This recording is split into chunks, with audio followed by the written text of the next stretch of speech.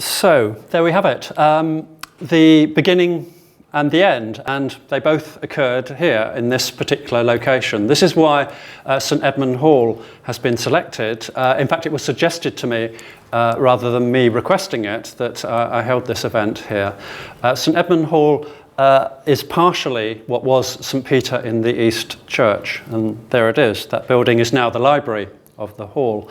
It's here that Sadler was baptised, and he was also buried here. We'll come to that end of his life at the end of the talk. This is not a talk I've rehearsed, so I'm conscious of time, and I may rush through this a little bit, but in a way that's no bad thing, because those of you, thank you very much, who have bought the book, you can dwell on the snippets that I'm going to give you at your leisure. Those of you that haven't yet bought it, I hope to tempt you to do so, of course. But and I'm not going to, essentially what I'm going to do in this next 15 minutes or so is dwell purely on the localities in within 5 minutes walk of here, 10 minutes walk, let's say. I'm not going to go any further than that. And so here we've got a view of Oxford High Street. Looking in that direction, in a westerly direction towards the city centre. Queen's College, which is right next to us here on the High Street, and then opposite is University College. And I just put this quote here. Mr. Sadler, whose family has been resident here with great credit for many descents. There was no suggestion of a joke when the individual made that comment. He'd made many descents. But it is true. The Sadlers had been a very well-respected and well-known trading family in Oxford for many generations. And the reason to show this particular, very famous now, image, this picture has been saved for the nation and for the Ashmolean by a public subscription only last year. But what's rather brilliant about it is that it shows just here the dismantling of a building known as Deep Hall. And Deep Hall is where James Sadler's great-grandfather lived, who was a tailor, William Sadler. Also, perhaps more significantly, it was also the location where Robert Boyle and Robert Hooke, two very influential and brilliant early scientists, experimented. Nothing to do with the university. Oxford University, as you will hear, didn't really want to have much to do with the sciences. This is what makes Sadler's achievements even more astonishing, I think, than had he, tried to do what he did elsewhere. He got initially help from the university, but subsequently, really quite the opposite. So in a private house, an apothecary's shop, that's where science flourished, if you like, in the 17th century in Oxford, and it just happens to be also later the home of Sadler's great-grandfather. Then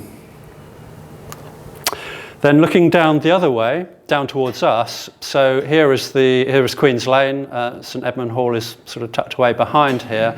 You still have a coffee shop here. At the time, it was known as Harper's, and that's possibly significant. The name Harper crops up several times in James Sadler's story, initially because he married a girl from Abingdon called Mary Harper. Their cook shop, was immediately opposite, and it seems to me that there ought to be some sort of connection there. I didn't manage to make one yet, but you'll hear the name Harper again in a couple of moments. Here again, Queen's College on this side.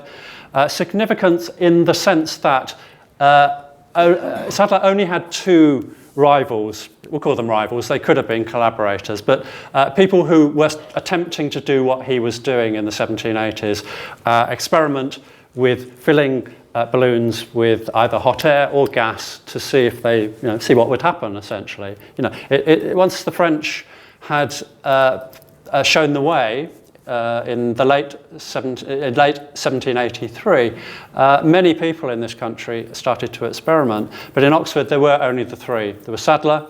There was someone called Edward Rudge, who was a Queen's College graduate or undergraduate at that time, and the Duke of Marlborough. Quite a, you compare the Duke of Marlborough with James Sadler, and he had stiff competition. Let's face it. I think that's all. Oh yes, and so the reason, again, some of you may not be able to see. I realise the captions at the bottom, but I've just put this here: James Sadler, confectioner and pastry cook, in quotation marks, because this is the earliest reference to him being a confectioner.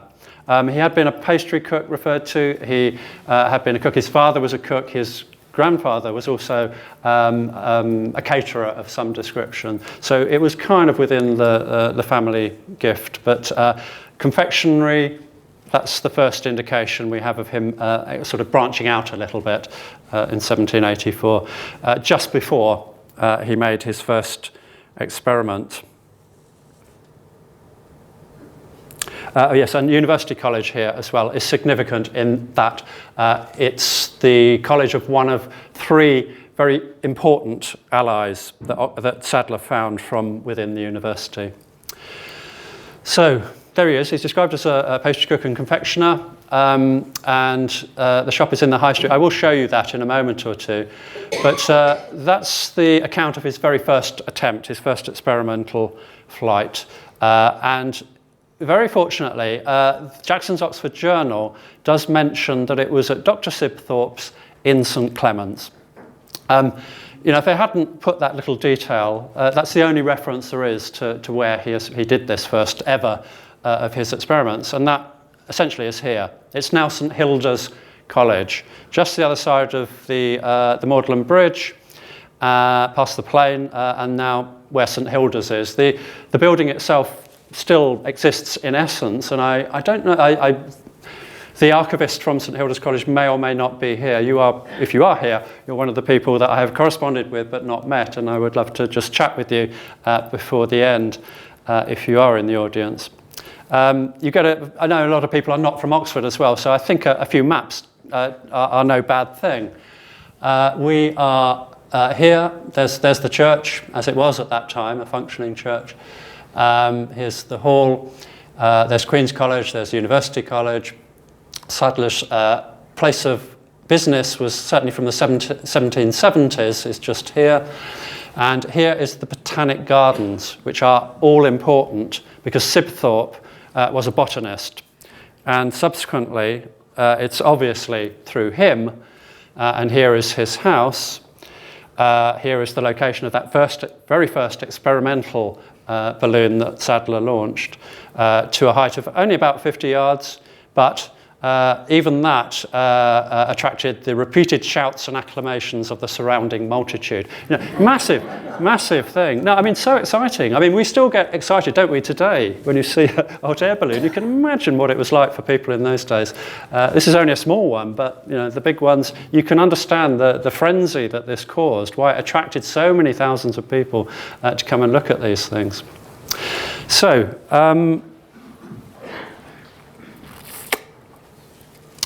then through the next couple of months, it was at the Botanic Gardens. This is very clearly identified that it was the Botanic Gardens that he continued his experiments with animals, a dog, other animal that's not specified, but might have been a sheep, might have been a goat, don't know. They survived, they went up, they came down. It was then at the end of the year, so October 1784, that he made his first manned flight. We say that. The unfortunate thing for Sadler is that nobody saw it. It wouldn't stand up with the Guinness Book of Records, essentially. The only evidence that there is that he ever actually made this flight, 6 miles to a small eminence between Islip and Wood-Eaton. Here's a map from about 10 years later. There's Oxford.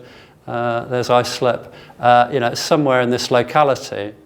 And I do spend a bit of time in the book putting forward the rationale for why he might have done that. He'd advertised the fact he was going to go in 2 previous editions of Jackson's Oxford Journal. By the time his 3rd advert came out saying, I'm going to do this, he'd already done it.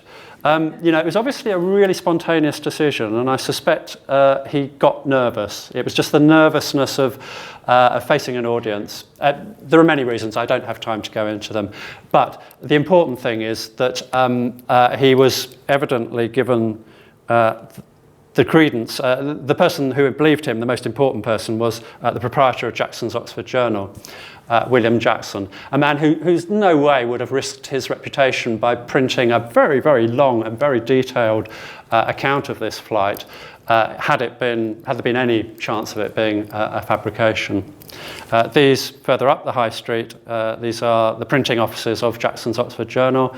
You can see this is the masthead from 1753, issue number 2. Very, very well-established individual, hugely important in so many ways in Oxford. It was the only weekly newspaper, so all kinds of issues within Oxford were aired through his paper. It's not just the flight of James Sadler, which is important here. And yet a man about whom so little is known. I do spend a bit of time in the book investigating his character, because without his support, without his account in the newspaper, one might have a big, big question mark about whether he actually ever made that 4th of October flight.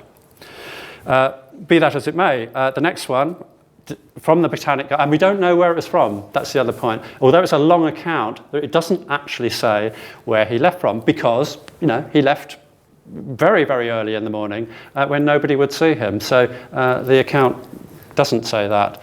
This one does, though. Very, very public, quite the opposite, hugely public. Thousands of people coming from a very long distance to see this one, which definitely was from the Physic Garden as it was described at that time. The very important jewel in the university crown. And this is a strangeness, really. You had these largely medicinal plants, very rare, very valuable, and yet this pastry cook was allowed to come in there with his newfangled invention, the fire, and this was a hydrogen balloon, so quite a different matter in many ways to try to elevate it, chemicals and so on. He evidently had the huge support of John Sibthorpe, who was the professor of botany at that time. Rather brilliantly, that particular flight in November was witnessed not by Samuel Johnson. He was passing through the city on his way to London, but as this illustration indicates, his eyesight was terribly bad then. He was very, very unwell. Indeed, he died the next month. But what he did do was he sent Francis to see the balloon fly. Francis was his black servant. Very interesting little moment in history, really, that Johnson's very last mention of balloons, and he had been very enthralled by them. His correspondence and that of his contemporaries shows just how it had grabbed the public imagination.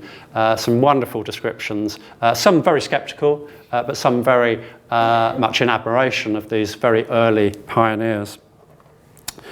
So here's a Sadler's eye view of the scene for that second flight, certainly, the one from the Botanic Gardens. Again, just for those of you who are not from Oxford, there's St Edmund Hall here, and Sadler's shop is here. This is known as this is now the examination halls, but in Sadler's time, it was known as the Angel Inn. And that is where Johnson stayed several times, and it also formed ultimately a little part of Sadler's shop was incorporated into it as part of the Angel Inn. But the bit that wasn't demolished to make way for the examination hall still remains here with these very grand buildings, which look almost identical. When you look at the image of the Angel Inn from the early 19th century, the windows here are the same, the balcony there is the same, the height, everything. This floor is not. This is the Sadler household, certainly in 1770 and from there onwards, shared at the ground level with another tradesman. And it is, appropriately enough, still a cafe. It still is serving pastries, I suppose. I did briefly think about making this a subtitle for my book, incidentally. Antiques on High. So he'd done his two flights. He did a couple more. He then went to Dover, and this is the comment when he failed to be the first man to fly across the English Channel. He was beaten to it by a Frenchman. We hear there are great rejoicings at Oxford on account of Mr. Sadler's disappointment, as it is generally believed that it will remove his balloon frenzy and restore his cheesecakes and apple puffs to that degree of unrivalled excellence they were once so famed for. And then the account in the Morning Post goes on, thus was English glory sacrificed for plum cake.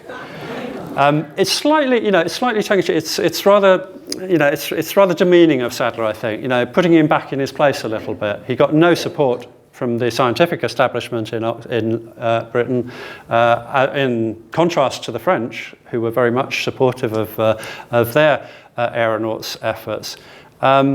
But they were wrong. It didn't make him come back and become a pastry cook. What it did was he carried on anyway for a year. For the rest of the year, 1785, he continued. And it's this chap here, William Windham, a former University College graduate, a man very, very enthused by all things Oxford, who made a flight with him, rather a secretive one, in May, and then became his principal sponsor. Without doubt, he put money into Sadler's efforts where nobody else was prepared to do that. But more important than that is a letter. It's this letter that was written to Windham, an Oxford man through and through, a man to whom his friend Richard Fitzpatrick, who went off on a solo flight, he'd intended accompanying Sadler, but he didn't. The weight of the two of them wouldn't support, they couldn't lift, so Sadler got out and Fitzpatrick went off on his own quite happily. And it was after that he writes this really, really intriguing letter to Windham. And he makes this accusation.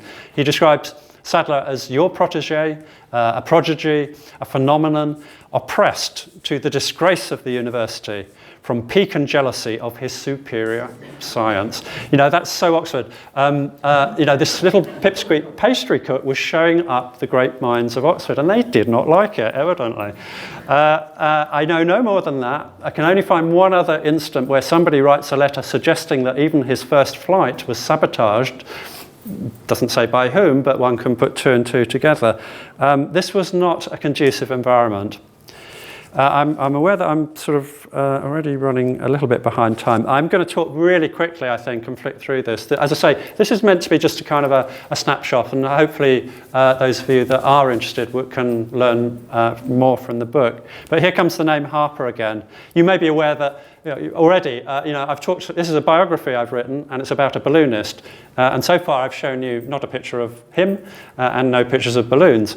So here, just to satisfy those that want to see a picture of a balloon, is virtually the only one there is of that first phase of his ballooning in the 1780s of his balloon. It doesn't have his name on it because he sold it to a chap called Harper in Birmingham. And Harper's two attempts, well, one successful, one miserable failure, very, very funnily described at the time in a printed poem, which I incorporate into the book a little bit, a whole appendix about Harper, whose first name we just cannot find out. It's amazing. He did these extraordinary things, and he was always Mr. Harper. Here's a problem for any 18th century historian. So often it's just Mr. You don't get the first names, and it's quite, even when you do, very often you have to work out, was it the grandfather, was it the son, because the name is passed down. It's a bit of a problem I had and other writers have had with James Sadler, but I think I've pretty much unravelled it. Anyway, there we are. And I'm grateful to somebody in the audience who recreated this image of Harper's balloon, in other words, Sadler's original 1784 balloon, on this for this slide and for the book. And here we are. Here's him.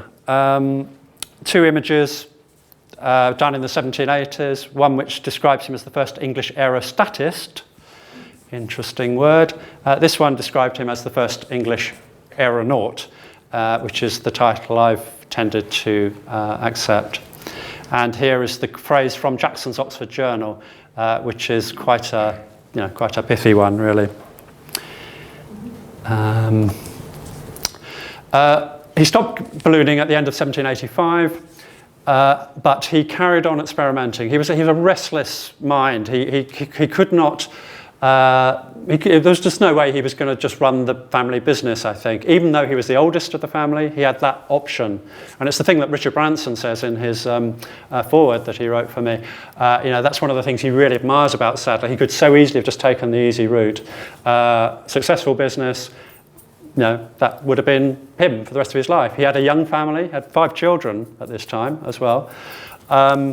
But part of the reason why he didn't carry on, I think, is also political. The French also stopped pretty much because the politics of Europe were just not conducive to mass public events of this sort, and there was a lack of money, really. They did depend on people paying to see these things or sponsoring these things. So he did, so he reduced his horizons a little bit, and at the town hall produced these rather brilliantly named philosophical fireworks, which are combinations of electrical, mechanical, and gas in a way that created spectacles that imitated nature, as far as I understand it. I am slightly optimistic that might, in combination with somebody else, be able to recreate some of these one day, possibly even at the town hall. I'm going to finish by telling you that I'm giving another talk, a longer one, that will be slightly less rushed at the town hall later on. I don't think we'll have it ready in time, but as you've also heard from Roger, the town hall is where the plaque will be put in commemoration of Sadler's achievements in Oxford. And there is the old town hall in that view, the one that Sadler would have known. And so, almost finished now, because Sadler's leaving Oxford, and I'm not going to continue my talk beyond him leaving Oxford. What he did do, though, before he left, was found a third ally. So you've got John Sibthorpe, the botanist, William Windham, no longer in Oxford by this time, but an Oxford man and a politician, very important from University College, and then Thomas Beddoes, most associated with Pembroke. And it was here in the what is now the university's Museum of the History of Science. There may or may not be a representative or two in the audience. They did say they were coming, I'm not sure. If they are there, I do apologise. I took this photo just when the rubbish was being put out there.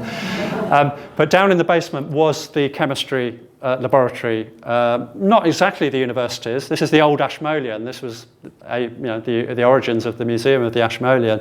And Beddoes wasn't employed by the university. He still had to advertise his own lectures, arrange them, and get students to pay to come. And it was Sadler who was his assistant. Can't quite work out the exact years, there's just a couple of references.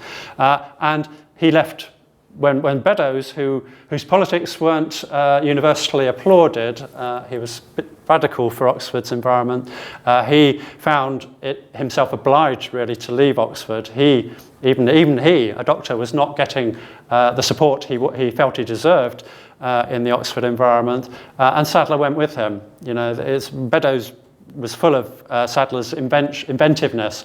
Sadler did the laboratory equipment and was inventing engines. He was experimenting with steam engines even at this stage. And they left together in 1793. And Sadler's whole extra career moves on from there. And just before, so I'm not going to talk anything about his invention of engines, of guns, his work with the Navy as the official chemist, and then his return to Oxford in 1810 to start again, at the age of 57, to start again on a second ballooning career. There's no time to talk about that. What I did want to just refer you to was the fact that I've spent quite a lot, although the book's a biography and it's of Sadler, I did feel more and more enthralled and intrigued by the women, how quickly women were taken up in these balloon flights. And here is the very mysterious, nonetheless, Mrs. Sage, the first English woman ever to fly. Sadler helped her out on the ground. It wasn't, she didn't go alone. She went with an Italian called Lunardi, who was the very first man ever to fly in England.